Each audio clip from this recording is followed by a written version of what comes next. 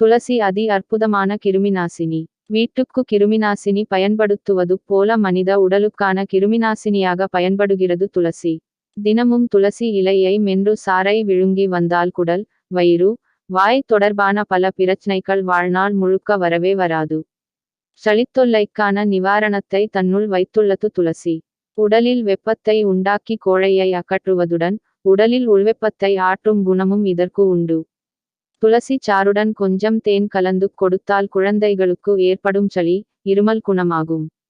இருமல், சளி, ஜலதோஷம் உள்ளிட்டவைகளுக்கு இலவசமாக கிடைக்கும் அருமருந்து துளசி. இருமலை கட்டுப்படுத்தும் யூஜினால் உள்ளிட்ட வேதிப்பொருட்கள் இதில் உள்ளன. தினமும் சில துளசி இலைகளை மென்று தின்றாலே சர்க்கரையின் அளவு கட்டுப்படும். துளசி சாற்றையும் எலுமிச்சை சாற்றையும் கலந்து சூடுபடுத்தி சிறிது தேன் கலந்து உணவுக்கு பின்பு உட்கொண்டு வந்தால் கொஞ்சம் கொஞ்சமாக உடல் எடை குறையும். துளசி இலையை எலுமிச்சை சாறு விட்டு விழுது போல் அரைத்து தோல் நோய்களுக்கு பற்று போடலாம். இதனால் சொறி, சிரங்கு போன்றவை குணமாகும். துளசி இலையுடன் அம்மான் பச்சரிசி இலையை சம அளவு எடுத்து அரைத்து பருக்கள் உள்ள இடத்தில் தடவினால் முகப்பரு மறையும்.